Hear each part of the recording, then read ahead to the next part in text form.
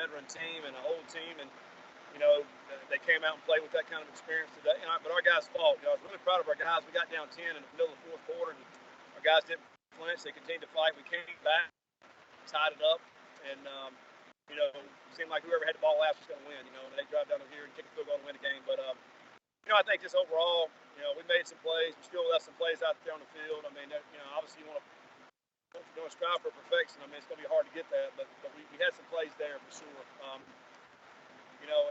And the turnover right before half obviously hurt. We thought we held it down to go to the 10-yard line, and 10 seconds to go, and they ran 4 plays, and somehow, I don't know, there was a second left somehow, but and they got 3. That was the difference in the game, and that was unfortunate, and I hate that. We'll go back and look at it, but even at that, we had opportunities and chances to make plays, but just came up play too short. You had the ball, and you were up 7. You had 3rd and 2, and Malik had to go out with a helmet.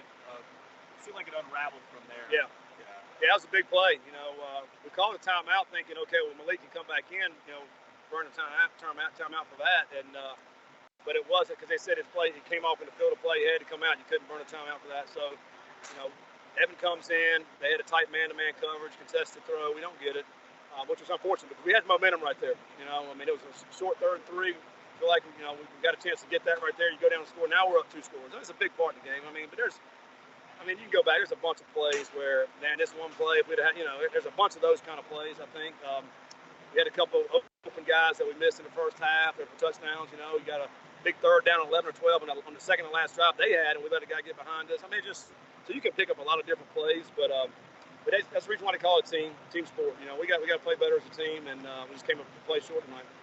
That call before half with the timeout, what kind of expectation did you get from the referee? I really didn't get. They just said they were looking to see if there was more time left on the clock, but they never blew it dead, so it's kind of hard to tell, and I don't know when they started the clock. It was 4 seconds when they ran a running play.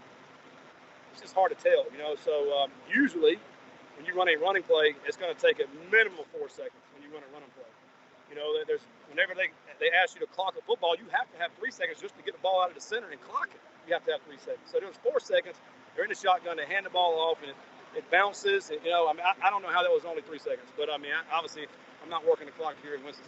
When something like that happens, you have to send it into the league office. Like, what do you do? What kind of recourse can you have? Well, there's really no recourse. So go down as an L. So there's nothing you can do. You just got to take it. James missed field goal today. He was 12-12 before that. How shocked were you? Well, what was that, a 50-yarder? 50-yarders are hard, and he's been kicking outstanding this whole fall camp and really in all our games. That once he gets to 50 or longer, it's going to be a 50-50 thing. We felt good enough to try it and see if he could hit it. And he had the distance, just pulled it a little bit. We got all the confidence in the world in James. He's one of the better kickers out there, and he's going to win a lot of games for us continually. So yeah, we're fine. Obviously, we want to make them all, but man, that was a tough kick. Yeah, last 2 games, you guys have played well and then had spurts where you went into some kind of drought.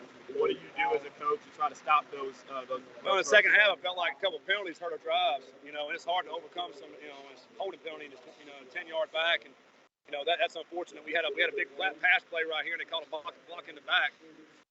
I don't know, man. We got to keep fighting and keep making some plays.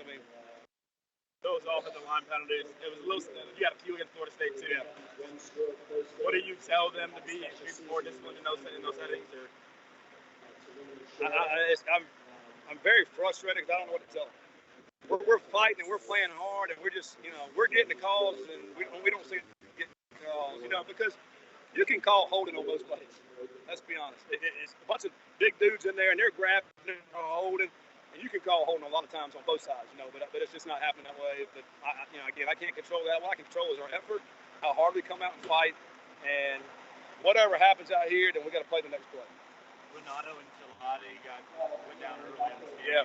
How big of an impact was that? How are they? I don't know how they are. They obviously couldn't come back in the game. I feel like we've been hitting with the injury bug a little bit. You think about it in the last 3 games, we've had somebody go out, and I hope it's nothing in the serious. I don't think it is.